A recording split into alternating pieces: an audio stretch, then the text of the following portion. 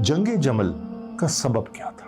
سارے واقعات کا آغاز یا جو ایک امت میں ایک فتنہ پیدا ہوا ہے، ایک فساد برپا ہوا ہے، تو اس کی بنیاد حضرت عثمان رضی اللہ عنہ کی شہادت بنی ہے۔ حضرت عثمان کی شہادت، اس کو سمجھے بغیر ہم آگے نہیں چل آگے سکتے۔ نہیں، آپ بنو امیہ کرتے رہیں گے، لیکن دیکھیں سب سے پہلے بندہ کن کا شہید ہوا ہے؟ یہ حضرت علی کے پاس ہی کیوں گئے؟ کسی اور بڑے صحابی بھی تو تھے وہاں، ان کے پاس کیوں نہیں گئے؟ حضرت عمر رضی اللہ عنہ نے جو خلافت کے لیے کمیٹی بنائی تھی، نام دیے تھے، 6 افراد کی، ان میں سے 4 تو خود ہی دستبردار ہو گئے تھے، جی 2 لوگ دستبردار نہیں ہوئے تھے، حضرت عثمان اور حضرت علی رضی اللہ عنہ۔ ان دونوں میں سے پھر حضرت عثمان خلیفہ بن گئے۔ یہ بیعت لینے والے وہی تھے جو قاتلین عثمان تھے۔ روایت میں واضح طور پہ موجود ہے ٹھیک، کہ حضرت علی یہ کہہ رہے ہیں کہ مجھے صحابی کوئی نہیں تھا، قاتلین عثمان وہ بصرہ سے جو آئے ہوئے تھے، ہاں وہ تھے یہاں پہ مالک اشتر اس واقعے میں وہ تھے، اس واقعے، لیکن یہ نہیں ہم کہہ سکتے کہ صحابہ نے بیعت نہیں کی۔ بسم اللہ الرحمن الرحیم۔ ڈاکٹر صاحب یہ فرمائیے کہ جنگ جمل کا سبب کیا تھا؟ بسم اللہ الرحمن الرحیم۔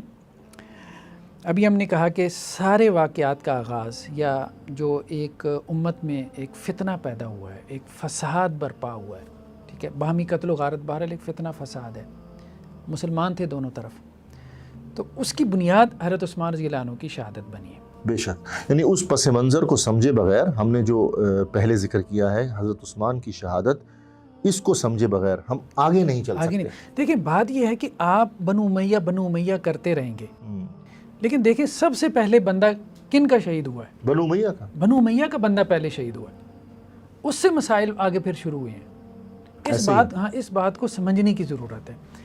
اور بنو امیہ میں بھی جو ان کا خلیفہ تھا، تو اب اس کا ایک صحابی رسول جن کی فضیلت تھی، تو اب اور ان کے لیے جنت کی بشارت بھی موجود تھی، عشرہ مبشرہ میں سے۔ تو وہاں سے مسائل پھر پیدا ہوئے۔ اچھا، یہ ہمارے سامنے جو ہے نا، یہ البدایہ والنہایہ، تاریخ ابن کثیر، اس کی جلد ہفتہ میں، یہ پیج نمبر 304 ٹھیک ہے، اردو میں ہے۔ ہم یہ کہہ رہے ہیں کہ لوگ مطالعہ کریں، اب بہت کچھ اردو میں ہے، صحیح صرف بات۔ مرزا صاحب کی باتوں پہ نہ بیٹھے رہیں، جی ہاں، مطالعہ بڑھائیں، بہت سی چیزیں آپ کے سامنے کھلیں گی۔ ریسرچ اسی چیز کا نام ہے کہ آپ لٹریچر کو پڑھیں، لٹریچر کو پڑھیں۔ اس موضوع کے اوپر۔ انہوں نے عنوان باندھا ہے مارکہ جمل کا آغاز کیسے ہوا، ٹھیک، ٹھیک ہے، باقاعدہ عنوان باندھا ہے۔ یہ لمبا چوڑا ہے، پھر یہاں پہ نا بہت لمبا چوڑا انہوں نے بیان کیا، ابھی ہم اس میں نہیں جا رہے۔ ہمارے سامنے اس وقت ہے مستدرک حاکم کی ایک روایت، روایتوں پہ ہم جاتے ہیں، ٹھیک ہے، ذرا ان میں تھوڑی سی بات اتھینٹک آتی ہے، تاریخ میں کوئی کہہ سکتا ہے کہ جی ضعیف اور صحیح سب جمع ہے۔ یہ روایت ہے قیس بن عباد سے، اس کو امام حاکم نے بھی صحیح کہا اور امام ذہبی نے بھی کہا کہ بخاری مسلم کی شرط پہ ہے۔ قیس بن عباد کہتے ہیں کہ میں نے حضرت علی رضی اللہ عنہ سے سنا جمل والے دن، کہتے ہیں یا اللہ میں دم عثمان سے بری ہوں، ٹھیک ہے، میرا ان کے خون سے کوئی تعلق نہیں، اور جس دن حضرت عثمان رضی اللہ عنہ مقتول ہوئے، شہید ہوئے، اس دن تو میں خود اپنے حواس میں نہیں رہا تھا کہ یہ کیا سانحہ ہو گیا، تو میرے نفس نے تو اس کا انکار کیا، لیکن یہ لوگ میرے پاس بیعت کے لیے آئے کہ ہم آپ کی بیعت کرنا چاہتے ہیں۔ کون لوگ؟ یہ جنہوں نے حضرت عثمان رضی اللہ عنہ کو شہید کیا، اچھا، وہ بھی تھے اور دوسرے لوگ یعنی بھی ایک جرم کرنے کے بعد حضرت علی کے پاس پہنچ گئے، بیعت کے لیے آ گئے۔ ٹھیک ہے۔ فقلت، تو میں نے کہا واللہ، اللہ کی قسم، انی لاستحی من اللہ ان ابایع قوما قاتلوا رجلا، کہ مجھے اللہ سے شرم آتی ہے میں اس قوم کی بیعت کروں جنہوں نے ایک ایسے آدمی کو قتل کر دیا جس کے بارے میں رسول اللہ صلی اللہ علیہ وسلم نے کہا کہ میں اس سے نہ حیا محسوس کروں جس سے فرشتے بھی حیا محسوس کرتے ہیں، یعنی وہ بندہ اتنا حیادار تھا۔ یعنی حیادار آدمی وہ ہوتا ہے نا کہ جس سے کسی کو ذرا سی بھی تکلیف نہ پہنچے، بے ضرر، بالکل بے ضرر آدمی، ٹھیک ہے، تو فرشتے بھی اس کی حیا کا جو ہے وہ کو نہیں پہنچتے۔ اللہ کے رسول اس کے بارے میں یہ کہہ رہے ہیں اور یہ اس کو قتل کر کے آ گئے ہیں، تو مجھے یہ شرم آئی کہ میں ان کی بیعت کروں۔ اور پھر حضرت علی نے کہا کہ اور مجھے اللہ سے اس بات کی بھی شرم آئی کہ میں ان لوگوں سے بیعت لوں جب کہ حضرت عثمان رضی اللہ عنہ ابھی مدفون بھی نہیں ہوئے، کفن دفن بھی ان کا نہ ہوا۔ تو وہ لوگ واپس چلے گئے۔ جب حضرت عثمان کو دفن کر دیا گیا تو پھر یہ لوگ میرے پاس دوبارہ آئے اور کہنے لگے کہ جی بیعت کرنی ہے۔ تو یہ حضرت علی کے پاس ہی کیوں گئے؟ کسی اور بڑے صحابی بھی تو تھے وہاں پہ۔ ان کے پاس کیوں نہیں گئے؟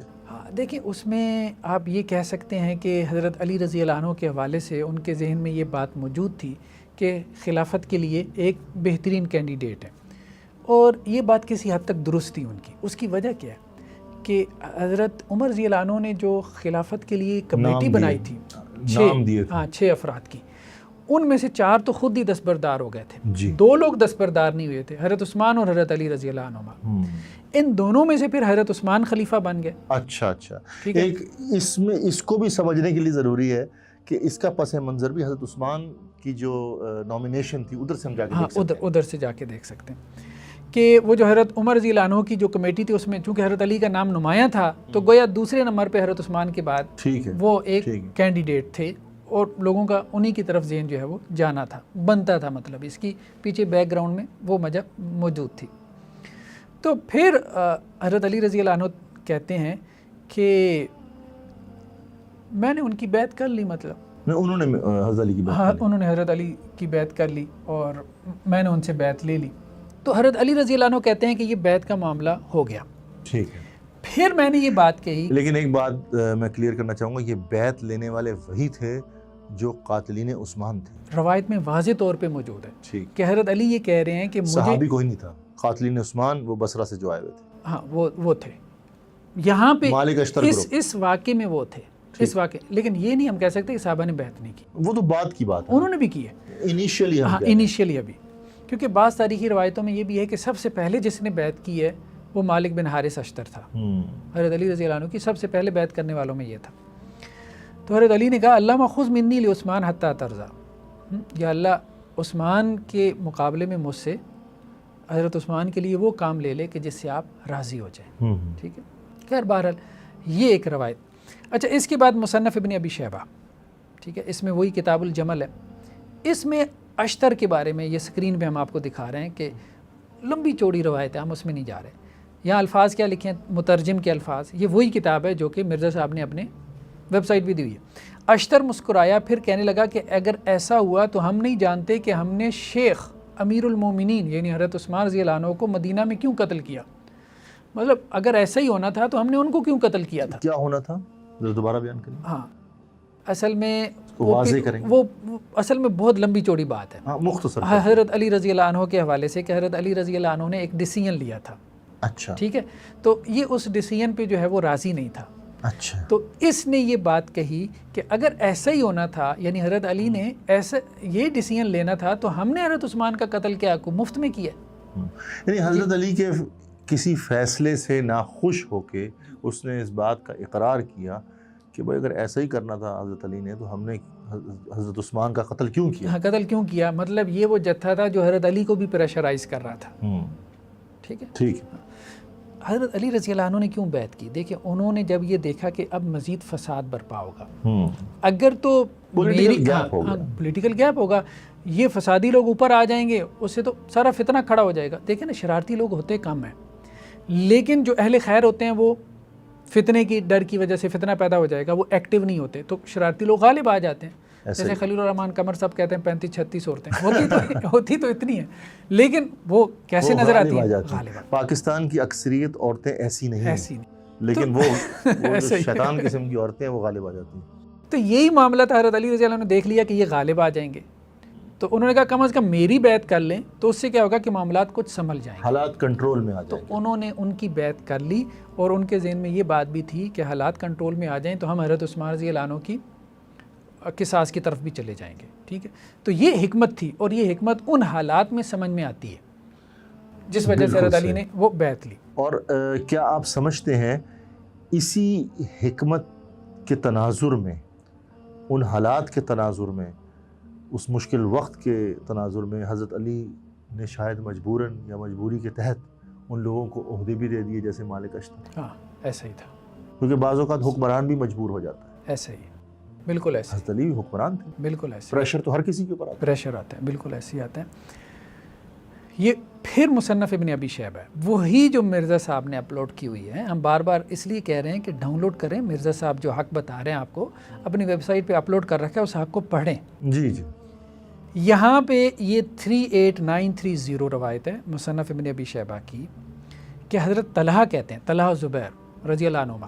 جنگ جمل کے اسباب میں یہ بھی تھا نا, جنگ جمل اصل میں ایک طرف حضرت علی تھے, جی, ٹھیک ہے, دوسری طرف حضرت طلحہ اور زبیر تھے, حضرت عائشہ کی, حضرت عائشہ رضی اللہ, نمایاں تو یہی تھے. جی, تو حضرت طلحہ نے کہا کہ مجھے کھجور کے باغ میں داخل کیا گیا اور تلوار میری گردن پر رکھ دی گئی, پھر کہا گیا کہ تم بیعت کرو وگرنہ ہم تمہیں قتل کر دیں گے. میں نے بیعت کر لی.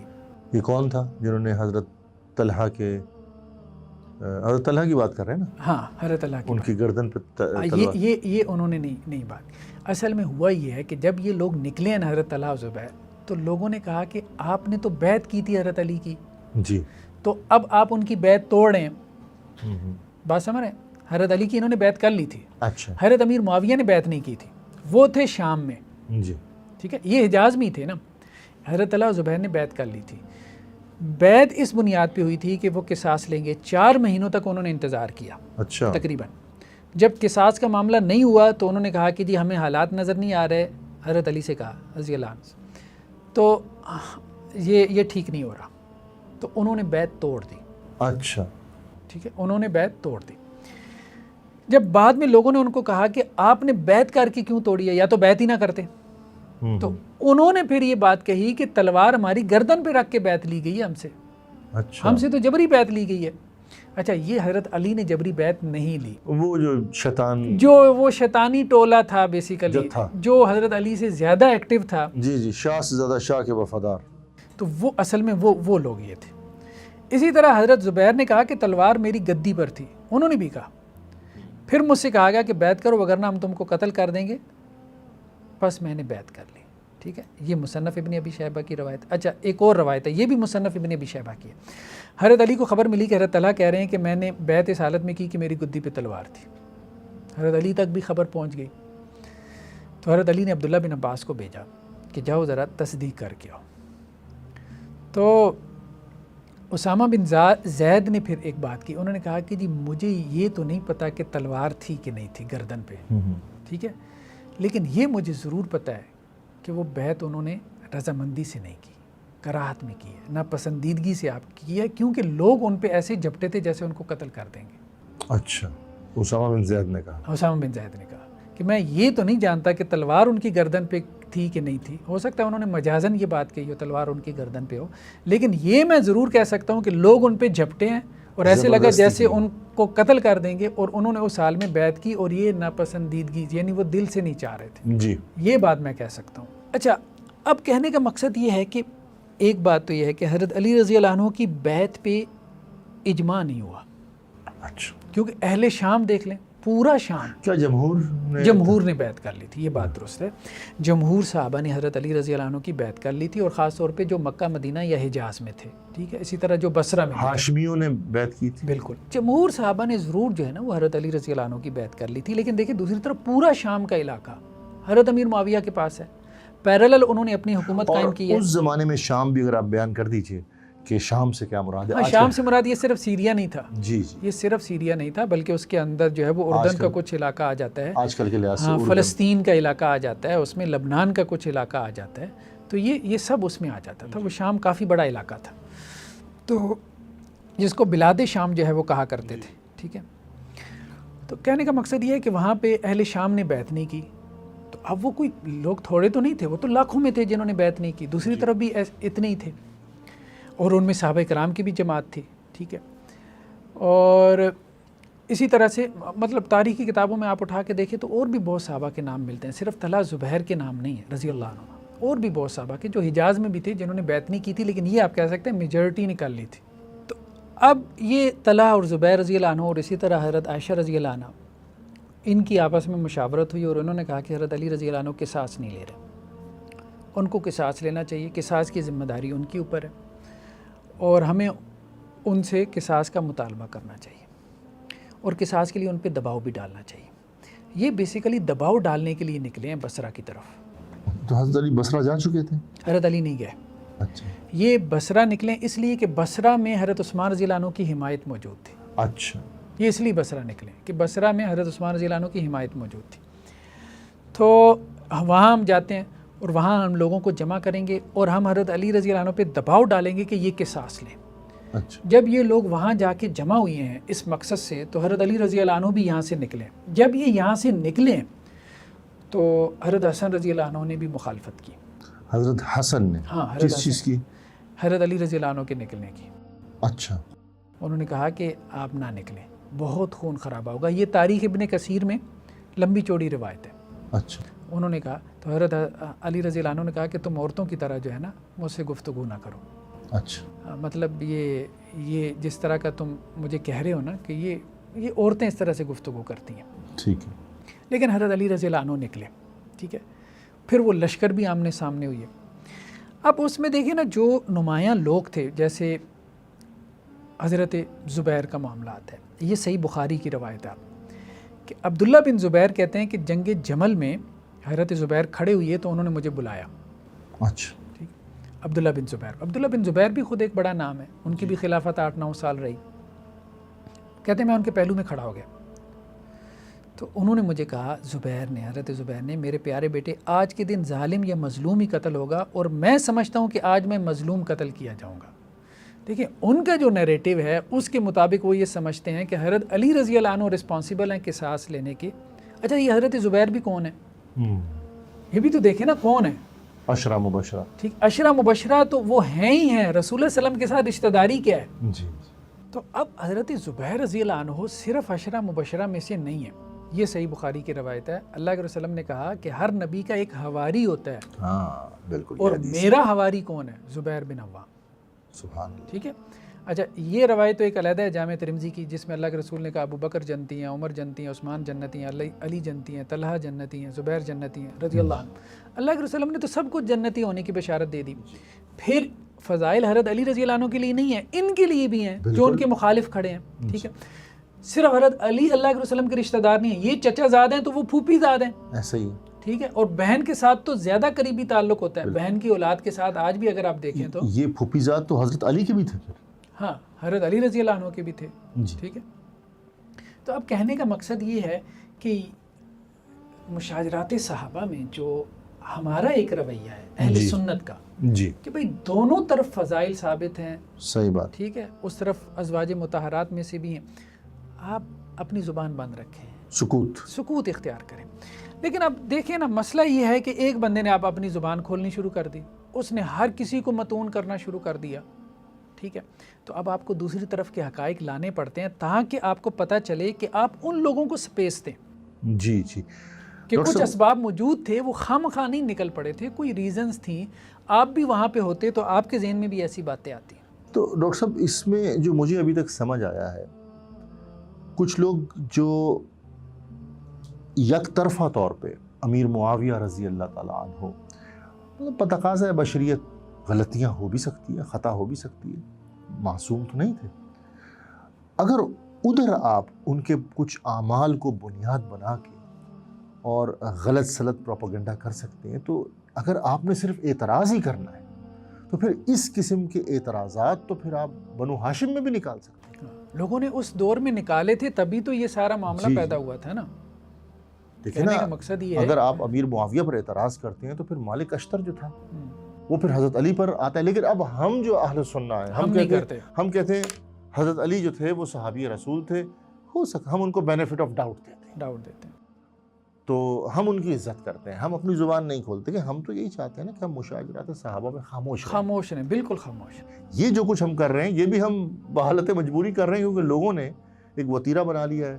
نہیں، ہم یہ نہیں کہہ رہے، کہ ہم یہ کہہ رہے ہیں کہ جو صحابہ نکلے تھے دوسری طرف سے، طلحہ و زبیر، ان کا پہلے مقام اور مرتبہ دیکھیں. بالکل. پھر وہ اسباب دیکھیں، وہ وجوہات دیکھیں جن اسباب اور وجوہات سے نکلے، تو آپ ان کو بھی بینیفٹ آف ڈاؤٹ دیں گے جو آپ حضرت علی رضی اللہ عنہ کو دے رہے ہیں. اس لیے ہم یہ ساری بات کر رہے ہیں. بینیفٹ آف ڈاؤٹ پھر ہر کسی کے لیے ہونا چاہیے، ہر کسی کے لیے ہونا چاہیے. یہی بات تو ہم اصل میں کرتے ہیں. جی بالکل. اچھا اب دیکھیں یہ ایک اور صحیح بخاری کی روایت ہے. ایک تو ادھر صحابہ تھے، جیسے حضرت زبیر کا ہم نے کہا کہ انہوں نے اپنے بیٹے کو کہا کہ میں رشتہ دار تھے. اگر حضرت علی رشتہ دار تھے وہ بھی رشتہ تو دار، حضرت زبیر بھی تو رشتہ دار تھے، اور وہ کہہ رہے ہیں میں مظلوم ہوں. اور بالکل، اور آپ ایک رشتہ دار کو لے رہے ہیں، دوسرے رشتہ دار کے متعلق آپ زبان درازی کر رہے ہیں. ایسا ہی ہے، اور قریبی رشتہ دار، اللہ کے رسول کے قریبی رشتہ دار ہیں. وہاں مطلب آپ کو یہ بات بھول جاتی ہے کہ جی وہ بھی اہل بیت میں سے ہیں. بالکل. ٹھیک ہے. اچھا اب دیکھیں نا، حضرت فاطمہ رضی اللہ عنہ بھی تو عورت کے واسطے سے ہی آگے اہل بیت آپ بنا رہے ہیں نا. بالکل. تو وہاں پہ بھی اللہ کے رسول صلی اللہ علیہ وسلم کی بہن ہے، تو ان کے واسطے سے بھی وہ اہل بیت نہیں بنتے. بالکل بنتے ہیں. بالکل. اگر تو مرد کے واسطے سے صرف اہل بیت بنائیں گے تو صرف بنو عباس بنیں گے. بالکل بالکل بالکل. اچھا یہ ہمارے سامنے صحیح بخاری کی روایت ہے کہ ایک تو اس طرف لوگ تھے جو اپنے آپ کو سچا سمجھ رہے تھے.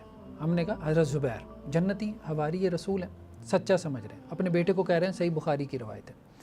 دوسری طرف حضرت عمار بن یاسر ہیں, یہ اپنے آپ کو سچا سمجھ رہے ہیں. بالکل بالکل. تو گویا وہاں پہ حالات ایسے ہیں کہ کوئی ادھر ہو سکتا ہے, کوئی ادھر ہو سکتا ہے, کوئی ان کی بات کو صحیح سمجھ سکتا ہے, کوئی ان کی بات کو سمجھ سکتا ہے. یعنی حالات مشتبہ ہو گئے ہیں. جب حالات مشتبہ ہو جائیں تو لوگوں کا ایک طرف یا دوسری طرف کی رائے ہو جانا, یہ میرے خیال میں اس کی گنجائش نکلتی ہے. اس کی دونوں طرف کو سپیس دینی چاہیے. بالکل. تو ڈاکٹر صاحب کیا ہم یہ کہہ سکتے ہیں کہ جب دونوں فریق اپنے آپ کو حق پر سمجھ رہے ہیں, دونوں فریق کا اپنا اپنا اجتہاد, اپنا اپنا اجتہاد, اگر کوئی خطا ہو بھی گئی تو اجتہادی خطا ہوئی نا, ایک اجر تو پھر بھی ملا, ایک اجر بالکل ملا, زبان درازی تو پھر بھی نہیں بنتی. ہاں اس لیے اب دیکھیں یہ صحیح بخاری کی روایت ہے. اب یہ نہیں بیان کرتے انصاری صحابہ کا یہ مقام تھا, یہ تو مرزا صاحب بہت بیان کرتے ہیں نا. یہ ایک انصاری صحابی سے روایت ہے, ابو مسعود انصاری سے. وہ کہتے ہیں کہ میں حضرت ابو موسیٰ اشعری اور سیدنا عمار بن یاسر کے ساتھ بیٹھا ہوا تھا, ٹھیک ہے. تو انہوں نے کہا, سیدنا ابو مسعود انصاری نے کہا حضرت عمار بن یاسر سے, کیونکہ یہ حضرت علی کے ساتھ تھے, کہ جتنے لوگ تمہارے ساتھ ہیں نا, میں سب کے متعلق کچھ نہ کچھ کہہ سکتا ہوں, مطلب کمنٹ کر سکتا ہوں, بتا سکتا ہوں یہ کیا ہے کیا نہیں ہے, ٹھیک ہے جی, سوائے تمہارا میں احترام کرتا ہوں. ٹھیک. ابو مسعود انصاری نے کس کو کہا؟ حضرت عمار بن یاسر عمار سے, بن یاسر, کیونکہ تم نے رسول اللہ صلی اللہ علیہ وسلم کی صحبت اختیار کی اور میں نے تمہارے اندر کوئی عیب نہیں دیکھا, لیکن ایک بات میں تمہیں بھی کہوں گا کہ تم اس معاملے میں جلد بازی سے کام لے رہے ہو. اچھا, یہاں تم جلد بازی کر رہے ہو, یعنی جنگ جمل میں شرکت, مطلب حضرت علی رضی اللہ عنہ کی جس طرح سے تم حمایت کر رہے ہو, ٹھیک ہے, کیونکہ یہ بہت زیادہ مطلب حضرت آگے تھے, بہت آگے تھے نا. تو اب دیکھیں یہاں آپ چھوڑیں, ہم کیا کہہ رہے ہیں, صحابہ کی رائے بھی آپس میں ہم صرف یہ بات کر رہے ہیں کہ صحابہ آپس میں اختلاف رائے رکھتے ہیں. جی منقسم رائے, ہر ایک کی اپنی اپنی رائے ہے, ٹھیک ہے. آپ کسی صحابی کو مجبور نہیں کر سکتے کہ اس نے یہ رائے کیوں اختیار کی ہے. صحیح بات. اچھا ایک اور روایت ابھی ہمارے سامنے مسند احمد کی ہے کہ حضرت عمار بن یاسر جو ہیں وہ اشتر نخی کے ساتھ آئے حضرت عائشہ رضی اللہ عنہ کے پاس, ٹھیک ہے. اور اچھا یہ روایت صحیح ہے مسند احمد کی. اس نے جو ہے وہ اشتر نخی بھی ساتھ تھا اور ساتھ حضرت عمار بن یاسر رضی اللہ عنہ بھی تھے. تو حضرت عمار بن یاسر رضی اللہ عنہ نے ام المومنین کا اجازت چاہی اور کہا کہ ام المومنین اجازت ہے. تو حضرت عائشہ رضی اللہ عنہ نے کہا کہ مجھے اپنی ماں مت کہو. اچھا. ہاں. تو حضرت عمار بن یاسر کہنے لگے کہ آپ چاہے اس کو ناپسند جانیں لیکن پھر بھی آپ میری ماں ہی ہیں. اچھا. تو پھر انہوں نے حضرت عمار بن یاسر سے کہا کہ یہ آپ کے ساتھ کون ہے؟ تو انہوں نے کہا یہ اشتر ہے. تو پھر حضرت عائشہ رضی اللہ عنہ نے کہا اچھا تو وہی ہے کہ جس نے میرے بھانجے کو قتل کرنا چاہا؟ اچھا کون؟ عبداللہ بن زبیر. اچھا. جنگ جمل میں یہ دونوں آمنے سامنے ہوئی ہے نا. جی. حضرت زبیر بھی تھے, عبداللہ بن زبیر بھی اس طرف سے تھے, ٹھیک ہے. تو وہ ہے کہ جس نے میرے بھانجے کو قتل کرنا چاہا. دیکھیں نا حضرت زبیر کے حضرت اسماء تھی نا, بالکل. ان کی حضرت عائشہ رضی اللہ عنہ کی بہن حضرت اسماء رضی اللہ عنہ وہ حضرت زبیر کی اہلیہ تھی, بالکل انہی سے تو عبداللہ بن زبیر تھے, تو اس لیے یہ بھانجے تھے. بالکل. تو جنگ جمل میں یہ آمنے سامنے ہوئے تھے. تو تو وہی ہے, خبر ان تک پہنچ جس نے میرے بھانجے کو قتل کرنا چاہا. تو اس نے کہا کہ میں نے اس کو قتل کرنا چاہا, اشتر نخی نے کہا, اور اس کا ارادہ تھا مجھے قتل کرے, ٹھیک ہے. تو پھر حضرت عائشہ رضی اللہ نے کہا کہ اگر تو نے اس کو قتل کر دیا ہوتا نا تو زندگی بھر کامیاب نہ ہوتا, کیونکہ میں نے اللہ کے رسول صلی اللہ علیہ وسلم سے یہ سنا کہ جس نے کسی مسلمان کو قتل کیا, ٹھیک ہے, بلا کسی وجہ کے, تو وہ مطلب آگے وہی روایت ہے کہ جی بغیر اس کے ان وجوہات کے 3 جو وجوہات ہیں, تو وہ اس کے لیے جائز نہیں ہے, اس کے لیے حرام ہے. خیر بہرحال کہنے کا مقصد یہ ہے کہ یہاں آپ دیکھ رہے ہیں حضرت عائشہ رضی اللہ عنہ ایک رائے ہے, حضرت زبیر ایک رائے ہے, عبداللہ بن زبیر ایک رائے ہے, ابو مسعود انصاری ایک رائے ہے, عمار بن یاسر ایک رائے. صحابہ منقسم ہیں, مختلف آراء ہیں ان کی, ہر ایک اپنے آپ کو سچا سمجھ رہا ہے اور ہر ایک کے پاس جسٹیفیکیشن ہے. ڈاکٹر صاحب کیا ہم یہ کہہ سکتے ہیں یہ پولیٹیکل کانفلکٹ تھا نا؟ جی. تو پولیٹیکل کانفلکٹس میں ہم آج پڑھتے بھی ہیں پولیٹیکل سائنس میں، اور آج ہم دیکھتے بھی ہیں مختلف لوگوں کی مختلف رائے، مختلف آراء ہوتی ہیں، اس میں کوئی حرج کی بات نہیں، اور حرج بھی نہیں، یہ کوئی دین تو نہیں ہے نا. تو دیکھیں بنیادی اختلاف تو تو یہ جنگ جمل ہمارا دین تو نہیں ہے نا. ہاں دین تو نہیں، تاریخ ہے، تاریخ ہے نا. تاریخ ہے، دین جنگ تو نہیں ہے. صفین، جنگ جمل، یزید قتل میں ملوث تھا نہیں تھا، یہ ساری چیزیں ہماری تاریخ ہے نا ہمارے رستے. قیامت والے دن اللہ تعالیٰ ہم سے اس کے بارے میں سوال نہیں کرے گا. یہ اچھا ہوا آپ نے بیان کر دیا. لہا ما کسبت ولکم ما کسبت تلک امت قد خلت، یہ ایک امت تھی گزر گئی، لہا ما کسبت، جو انہوں نے کمایا اس کا بدلہ انہوں نے پا لیا، ولکم ما کسبتم، تم سے اللہ یہ پوچھے گا تم کیا کر کے لائے ہو. ڈاکٹر صاحب دیکھیں، جب عقیدے کا مسئلہ ہو تو اس وقت تو صحابہ کی رائے ایک ہی ہے. بالکل صحیح. اسی طریقے سے نماز 5 پڑھنی ہے دن میں، قیام کرنا ہے، رکوع کرنا ہے، سجود کرنا ہے، اس میں تو کوئی رائے الگ نہیں ہے. حج ہے، زکوٰۃ ہے، روزے ہیں. لیکن یہ جب سیاسی مسئلے مسائل آتے ہیں، ہمارے نزدیک خلافت بھی جو ہے یہ ایک انتظامی مسئلہ ہے، یہ بھی ہمارے نزدیک عقیدے کا مسئلہ نہیں ہے. نہیں، عقیدے کا مسئلہ تو نہیں، بالکل ایسی ہے. یہ تو مسلمانوں نے چاہا تو ابو بکر صدیق خلیفہ بن گئے، اگر وہ کسی اور کو بنا لیتے تو ہمیں اس پر بھی اعتراض نہیں تھا. ایسے ہی تھا.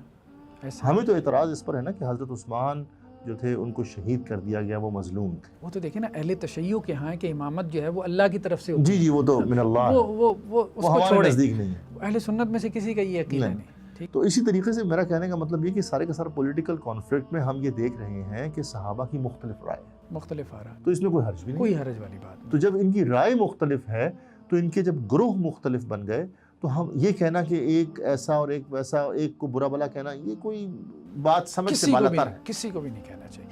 تو بنیادی طور پہ جنگ جمل کا اگر ہم ایک جملے میں بیان کریں نا کہ سبب کیا تھی، وہ قصاص عثمان کا اختلاف تھا. یہ مصنف ابن ابی شیبہ کی روایت ہے، وہی کتاب الجمل، جمل کا جو چیپٹر ہے، کہ حضرت علی نے حضرت طلحہ اور زبیر سے کہا کہ تم میری بیعت کیوں نہیں کرتے. جی ٹھیک ہے، تو انہوں نے کہا کہ ہم تو قصاص عثمان کے طلبگار ہیں. تو حضرت علی نے کہا کہ میرے پاس حضرت عثمان کا قصاص نہیں ہے، مطلب میں نہیں لے سکتا. کہنے کا مقصد یہ ہے کہ میرے پاس اختیار نہیں ہے. کیا مطلب؟ وہ اصل میں یہ کہتے تھے کہ پہلے تم میری بیعت کر کے مجھے مضبوط کرو. اچھا ٹھیک ہے، حکومت کو مضبوط کیا جائے. ہاں، حکومت کو مضبوط کرو، پھر میں اس قابل ہوں گا کہ ان سے میں قصاص لے سکوں. اور اس کو اگر ہم آج کے تناظر میں بھی دیکھیں، بعض اوقات حکمران یہ کہتا ہے کہ ابھی میں اس پوزیشن میں نہیں، آپ میرے ساتھ شامل ہو جائیے، میں مضبوط ہو جاؤں گا تو پھر ہم ان عناصر سے نمٹ سکتے. اور وہ یہ کہتے تھے کہ جتنا ٹائم ہم آپ کو دے سکتے تھے ہم نے آپ کو دے دیا، 4 ماہ تو ہم نے دے دیا آپ کو، لیکن آپ اس طرف قدم نہیں بڑھا رہے. اچھا، یہ ان کا ہے ایک موقف، ایک ان کا موقف ہے. ٹھیک، یعنی حضرت علی کا موقف یہ تھا کہ میں، آپ میرے ساتھ شامل ہو جائیے، مجھے سیاسی لحاظ سے مضبوط کیجیے، پھر میں اس پوزیشن میں آؤں گا کہ میں قاتلین عثمان سے بدلہ لے سکتا ہوں، قصاص لے سکتا ہوں. دوسرا گروہ کہتا تھا کہ فوراً قصاص لیجئے، جب قصاص ہوگا پھر ہم بیعت کریں گے، پھر بات آگے چلے گی، پھر بات آگے. اور یہ 2 مختلف سیاسی آراء ہیں. سیاسی آراء، اس میں تو کوئی شک نہیں نا. حضرت عثمان رضی اللہ عنہ کا مظلومانہ قتل ہوا، ٹھیک ہے، کوئی تو قاتل تھا نا، اور وہ معروف تھے، تاریخ کی کتابوں میں بھی نام آ گیا، اور وہ حضرت علی رضی اللہ عنہ کے لشکر میں بھی تھے. صحیح روایتوں سے یہ بھی معلوم ہو گیا کہ حضرت علی کہہ رہے ہیں کہ مجھے شرم آ رہی ہے کہ میں تم سے بیعت کروں، لیکن میں فتنہ اور فساد سے بچنے کے لیے اب بیعت کر رہا ہوں، تم سے بیعت لے رہا ہوں کہ کوئی اور شرارتی آ کے نہ بیٹھ جائے. بالکل ایسے. ٹھیک ہے، ابھی ایک عثمان کی شہادت ہوئی ہے تو 20 اور عثمان نہ شہید ہو جائے رضی اللہ. بالکل. تو اب یہ معاملہ ہوا کہ یہ مصنف ابن ابی شیبہ کی روایت ہے کہ یہ جب آمنے سامنے ہوئی ہے بصرہ میں، حضرت علی رضی اللہ عنہ نے کوچ کیا، وہاں پہ جب گئے دونوں لشکر آمنے سامنے ہوئی ہے.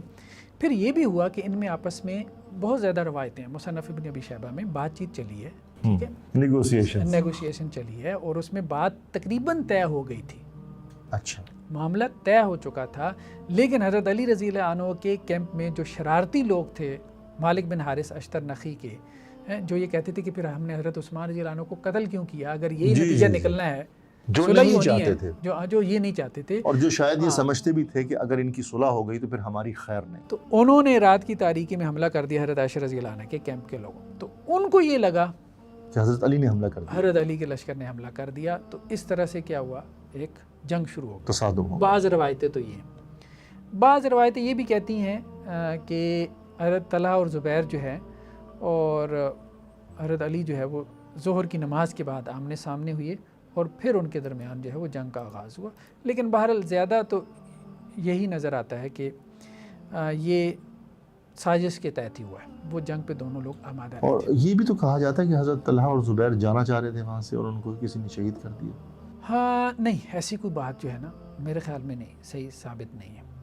ہاں یہ ضرور ہے کہ کچھ صحابہ جو ہے وہ اپنے آپ کو جنگ سے علیحدہ رکھنا چاہتے تھے جی، اور کچھ تو الگ رہے بھی. کچھ الگ رہے بھی.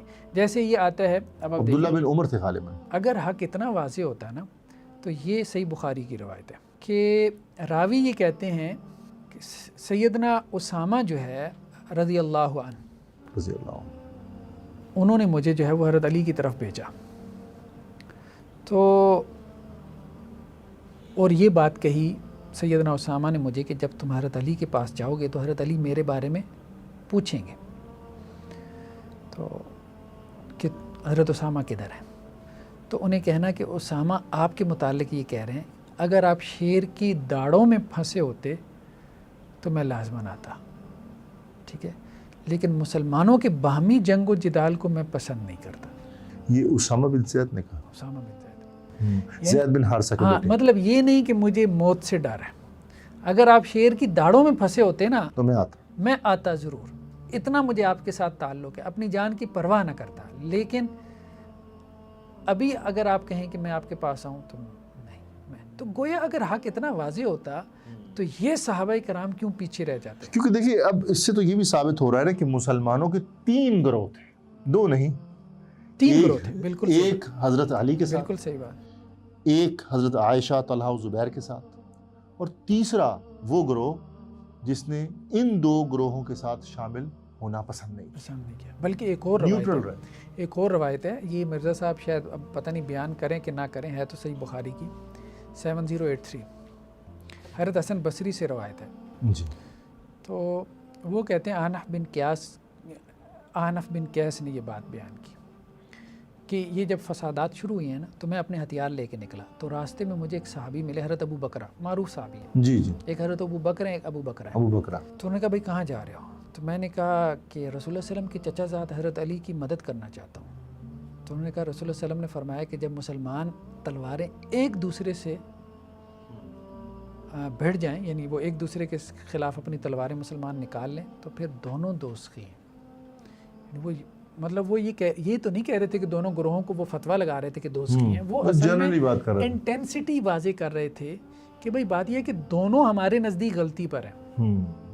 کیونکہ مسلمان کا مسلمان کے لیے یہ ان کا اجتہاد تھا. بالکل یہ ان کا اجتہاد تھا.